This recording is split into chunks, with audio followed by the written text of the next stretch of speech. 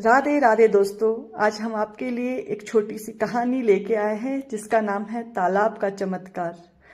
राजपुर नाम का एक प्यारा सा गांव था। गांव चारों ओर से हरियाली से घिरा था। कहीं गेहूं की फसल लहराती तो कहीं सरसों के फूलों से खेत सुनहरे चमकते। गांव के बीचों बीच एक बहुत बड़ा तालाब था जिसका नाम था रामसर तालाब। इस तालाब से ही गांव की जिंदगी चलती थी। जानवर उसी का पानी पीते थे, खेतों में वही पानी जाता था और बच्चे शाम को वही नहाने आते थे।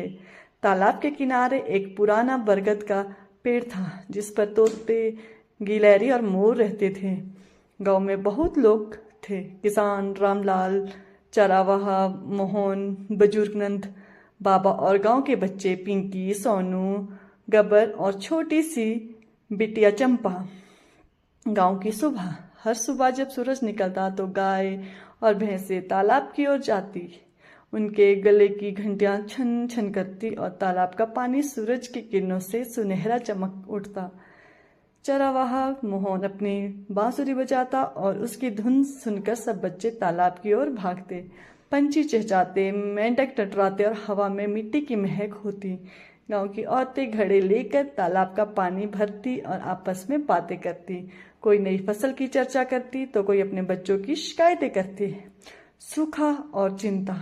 एक साल गर्मी बहुत बढ़ गई, बादल आए ही नहीं। तालाब का पानी धीरे धीरे सूखने लगा, खेतों की मिट्टी फटने लगी। जानवर प्यासी निगाहों से तालाब की ओर देखते और गांव के लोग परेशान हो गए। अगर पानी ना बरसा तो हमारी फसलें बर्बाद हो जाएगी। रामलाल ने दुखी होकर कहा। ओ, हमारे जानवर भी मर जाएंगे, मोहन बोला। गांव के बुजुर्ग नंद बाबा ने कहा, हम सब मिलकर कुछ करेंगे, प्रकृति हमारी माँ है, हम सब उसकी मदद करेंगे। गांव का एकता का संकल्प। अगले दिन पूरा गांव तालाब के किनारे इकट्ठा हुआ। सबने मिलकर तालाब की सफाई शुरू की, पत्थर हटाए, कीचड़ निकाला और पानी की छोटी नालियां बनाई ताकि बरसात का पानी सीधा तालाब में आए। बच्चे मिट्टी ढोते और औरतें खाना बनाकर लाती। मोहन की गाय भी मिट्टी रौंदने में मदद करती ताकि किनारे मजबूत बन सके।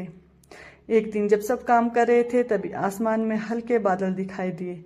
हवा चली, मिट्टी की खुशबू फैली और थोड़ी देर में बारिश शुरू हो गई। सब लोग नाच उठे। तालाब में पानी भरने लगा, मेंढक उछलने लगे और बच्चे पानी में खेलते हुए हंसने लगे। फिर आया जीवन।